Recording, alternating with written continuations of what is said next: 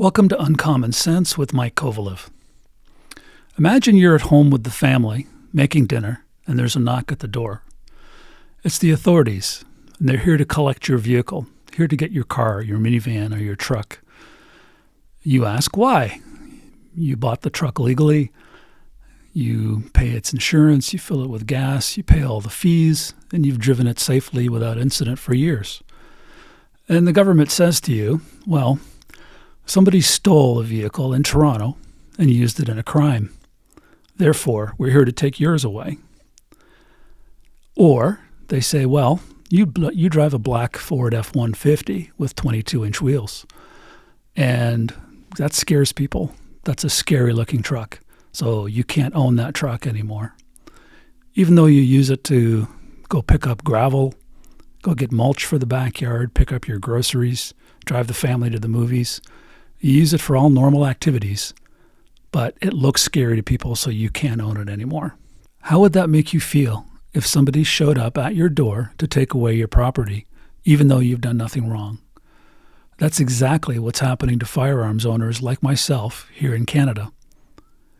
And I use those words specifically. How does it make you feel? Because I think that it really is about feelings. This is a very emotional issue, and maybe not so much a rational issue. It's an emotional issue. And unfortunately, politicians seem to know that and seem to use that against us. And when I say us, I don't just mean us as firearms owners. I mean all of us. Because when it comes down to it, it's all of our money and it's all of our concern. I've put together 5 common misconceptions about firearms here in Canada, and I'd like to take a few minutes just to talk about each one. Hopefully, by the end of this, you'll have a little bit more information and understand what's going on in our country. Misconception number 1. Gun confiscations take firearms off the streets. Think about the opening to this video where I talked about the government coming into your home to take away your personal property. By the government's own very definition, you're coming into our home to take away the property. Therefore, the guns are not on the streets. I don't mean to sound like I'm pushing back against that, but I just do not understand how the government can put that forward as an argument and how the media cannot ask that question to the government directly whenever this topic comes up. You're going after registered, licensed firearm owners that have the guns locked in their safes, in their basements, in their private rooms, that those guns are there. How, by your very own definition, are those guns on the streets? How are you making Canada safe by taking guns off the streets when you're only taking firearms away from registered owners? I do not understand how that makes any sense. Ask yourself that question. Toronto police, for example, say that over 90% of the guns that they collect used in actual crimes in this country, are illegal guns that are smuggled across from the U.S. or other places, largely the U.S., and the other, 10 or 5% of guns have their serial numbers scratched off so that the RCMP or the police cannot identify where those guns came from. That doesn't mean they came from law-abiding citizens or registered gun owners. It's more likely that they also are crime guns that were smuggled into the country, but the serial numbers are scraped off. It simply means they can't trace those guns. So in all likelihood, a vast, vast majority of guns used in actual crimes are not from law-abiding citizens, not from people like me that have their firearms locked in a safe with a trigger lock on them, safely stored in our homes. So by very definition, gun confiscations do not take guns off the streets. I think that's just something that is used to scare people. Misconception number 2, firearms are just bad. This one I think is somewhat understandable because of the environment in which we've been living in for the last number of decades. You can't go to the movies without seeing, lots of shoot them up kind of gun violence films. You can't look at a video game without it being about people getting shot or shooting aliens or, first-person shooter games. It's everywhere. And the media, the media doesn't sell, in the olden days newspapers, but nowadays subscriptions or stories that are positive. They tend to focus on what people look for, which is, crime, violence. Those are the top stories. Some of the top TV shows, and even if you search some of the top podcasts, are true crime stories and investigations into horrible things that people have done to each other. As a society, we're fascinated by that, unfortunately, in my view. But that's the sensationalism of it, and that's what sells. So it's very understandable to think that guns are bad. The thing that's often missed is that it's not necessarily the gun that's bad, it's the people that are bad. But I offer a couple of examples. Recently here in Canada, there was a gentleman who, in Toronto, drove a van into a crowd of people. And this 25-year-old driver targeted pedestrians, killed 11 people, and injured 15 more, some critically. There was another incident in Los Angeles where a person drove a vehicle, rammed a vehicle into a crowd, injuring over 30 people. These are acts of violence by people. And I think what's interesting is, did anybody say what make and model of van did they drive? Was it a Dodge Charger? Was it a Ford Escape? What vehicle did they drive? Nobody asked those questions in the media. No politicians asked those questions. And the reason why is because it's the person that committed the crime. Anything can be used as a weapon. We just saw a lovely young lady, get murdered on the subway in front of everybody's view with a knife. Did anybody ask what kind of knife he used? Did anybody ask anything about that? It's very clear that it's people that commit violence. I'm not saying that that guns aren't dangerous tools. Of course they are. There are lots of things that are dangerous in this world. That doesn't mean that their sole purpose is for violence. It's an Olympic sport to be a shooter. They have skeet shooting, all types of shooting events. There's, obviously hunting by indigenous people, by regular North Americans and people throughout the world that hunt regularly with firearms, completely legitimate reasons. And of course, sport shooting, target shooting, and collecting, all very valid reasons to own a firearm. I think that the self-defense issue is debated in Canada a lot, but if you look at the reality of the situation, firearms are used for self-defense in Canada. There are no politicians that are walking around in our country that aren't surrounded by armed guards. I should say high-level politicians that aren't surrounded by, people with guns. Our police, our RCMP, they all have firearms as well. They're not, using those for murder. They're not using those to kill as many people as they possibly can in the shortest amount of time. They're using them to protect people, to save people, to keep people safe. If it's not a valid reason to have a firearm for self-defense, then why do they have them? Why do politicians, why do security guards have them? I know that sounds perhaps trite, or perhaps that sounds like an invalid reason, but is somebody else's life worth more than your own? Are we putting scales on people's lives as to who should be protected and who shouldn't? Who has the right to protect themselves and who shouldn't? That's an interesting debate.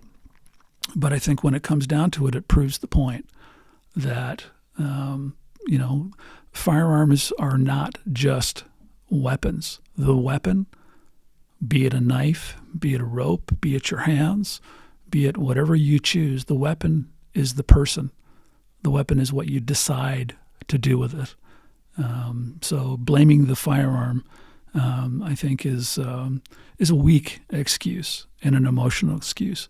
Like I said, I understand it, but I don't think it's a valid argument when you look at the actual reality of the situation.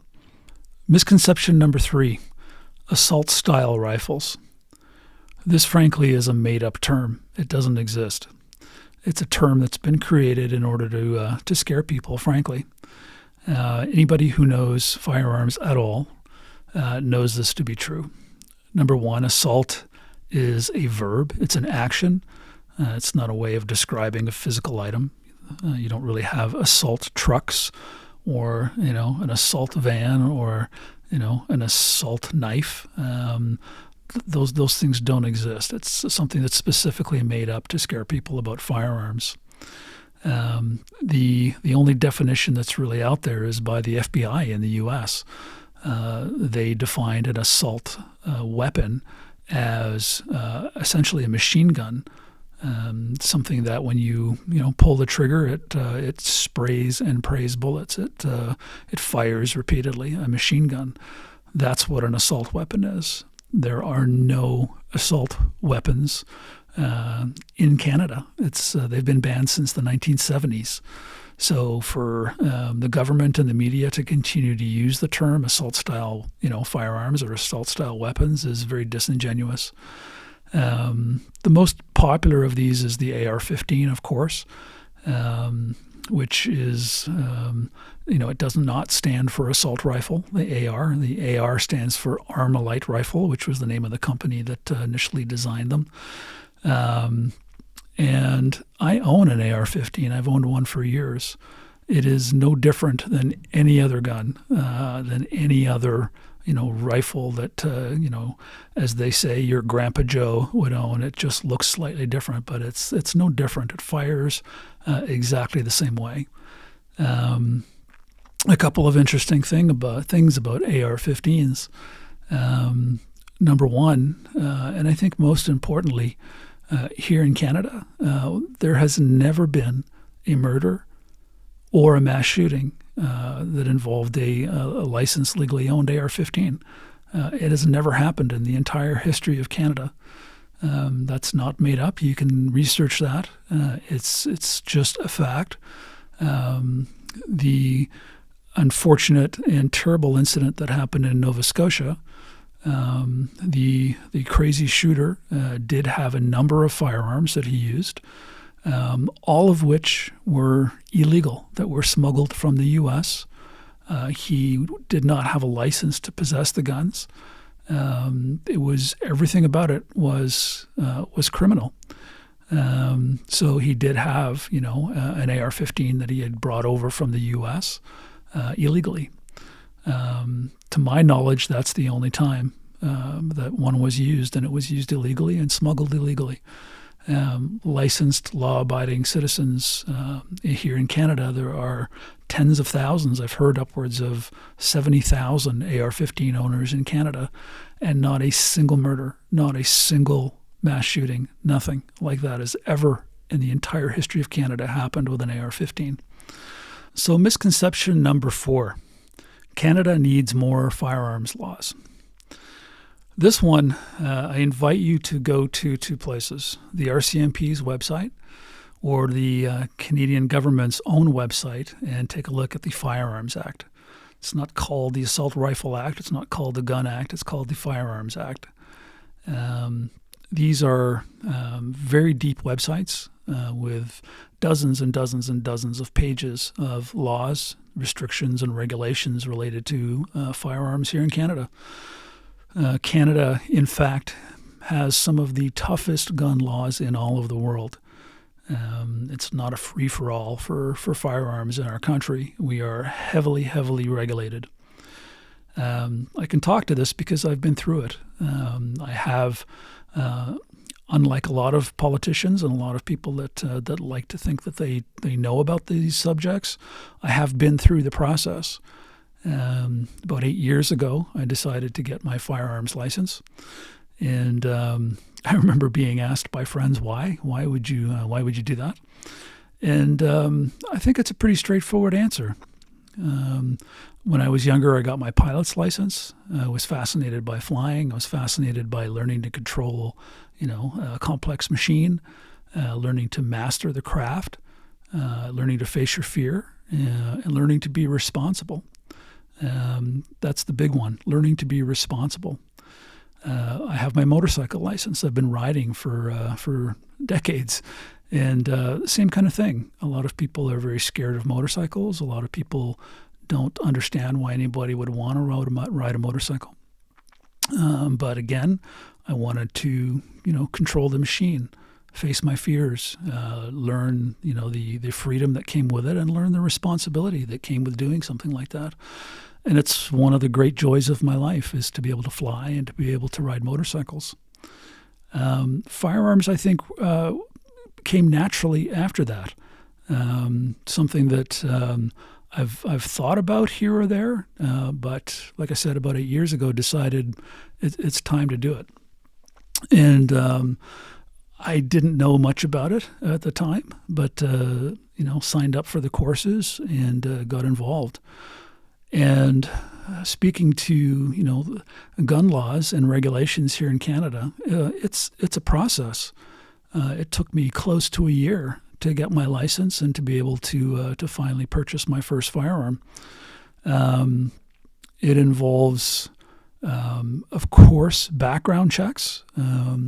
As a firearms owner in Canada, every one of the, I believe it's 3.5 million Canadians that own firearms in this country, are run through what's called CPIC, the Canadian Police Information System, I think it's called. I might be off on that acronym, but it's the police database. Every single 24 hours, every morning I wake up, along with the other 3.5 million people in this country that own firearms, we are run through the database system to check if we've committed a crime, if we've done anything at all that could be, a signal that there's anything going on with us. So, we willingly and openly subject ourselves to that. And as a result, we are statistically the safest Canadians in Canada. We are business people. We are doctors. We are lawyers, professionals. We are a huge variety of people that are upstanding citizens in the community that are owners of firearms. So going through the training courses, having to get very high passes. You don't get a 51% and get your firearms license. You have to score very high on the knowledge tests. One of them, I believe, you even have to get 100% or you don't pass. It's stringent. Then there is mandatory that you have to join a gun club. You have to be a member of a range.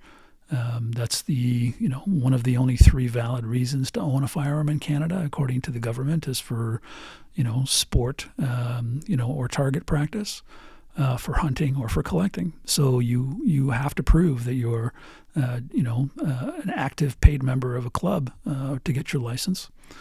And then there's the whole waiting and background process that took months for the government to, process my application, look at my background. They can even talk to references. And this is very personal. I mean, they want to talk to your conjugal spouses. They want to know what kind of person you are. They want to know, if you've ever been a risk, if you've ever been violent in a relationship. These are all questions that are asked that are part of Canada's licensing system for every single licensed firearms owner. It's not something that you sign up for lightly. It's not something that you say, I think I'll get a firearm this weekend. It's a commitment. It's a financial commitment. It's a time commitment. It's a studying commitment. And I think most importantly, and I think the thing that, as I said, attracted me to it, is it's a responsibility. we are responsible owners, owners of firearms. We're responsible members of the community. That's a big part of it. So after being through the system and being a firearms owner for, I think, over 8 years now, we are diligent. You have to carry paperwork. You have to make sure that everything is up to date. You have to pay your dues. It's not a casual thing. So you have to be committed to it. You have to be responsible. So do I think Canada needs more gun laws? Not at all. Not at all. The reality, unfortunately, in Canada is a criminal. Somebody can break into a store. Somebody can commit an offense that's violent and be out on bail that afternoon. As a licensed gun owner, somebody who has met all the qualifications that I've just told you about, I can be traveling from my home to the range and not carry the appropriate piece of paper and face potentially 2 years in prison.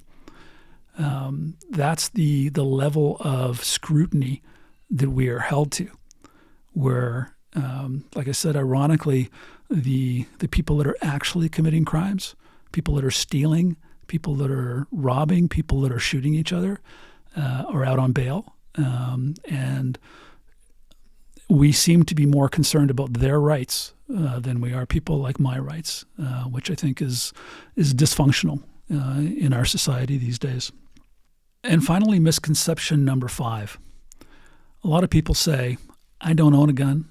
I have no interest in owning a gun. So why do I even need to think about this, or why do I need to worry about it? Because it doesn't affect me.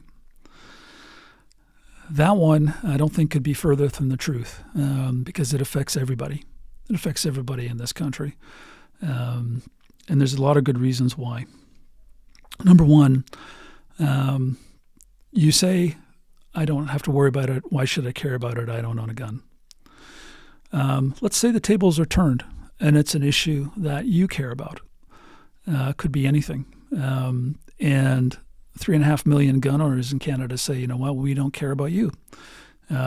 We don't do what you do. We're not interested in what you do, so we're not going to really care.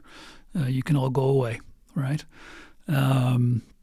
Is that a proper way to be involved in society, in a community, in your country? Is to not care about what your fellow citizens are doing or what challenges they're facing, just because it doesn't interest you or because you might have a bad opinion about it? It's not a good way to look at things, and I think it's also a way for the government to divide people, to say these are two different groups of people. One is good, one is bad, making even a judgment call. That's something that we really need to look out for and need to pay attention to. Just because somebody does something or is involved in something that you don't partake in doesn't make it bad, doesn't make it not any less valuable. Like I said, if the tables were turned, you wouldn't want those 3.5 million people, discarding your intent or discarding what's important to you. The other reason why this should be important is because of the sheer dollar amounts that are involved in this, the huge amounts of money. As I stated earlier, estimates go upwards to over $6 billion of taxpayer money. That's not just firearm owners' money, that's your money. People that say they don't care about this or are not interested in it. It's your money that's being taken and potentially spent on confiscating firearms from people that have done nothing wrong.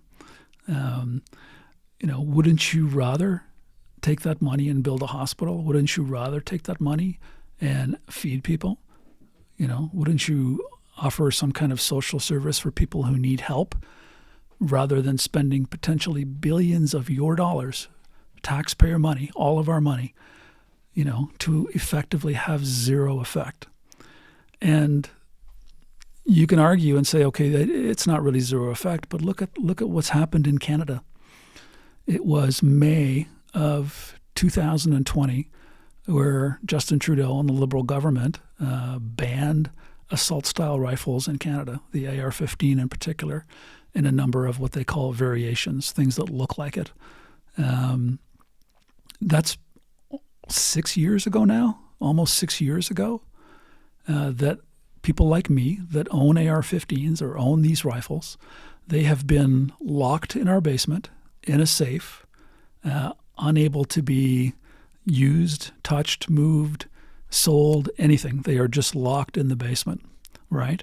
So essentially banned. You can't do anything with them.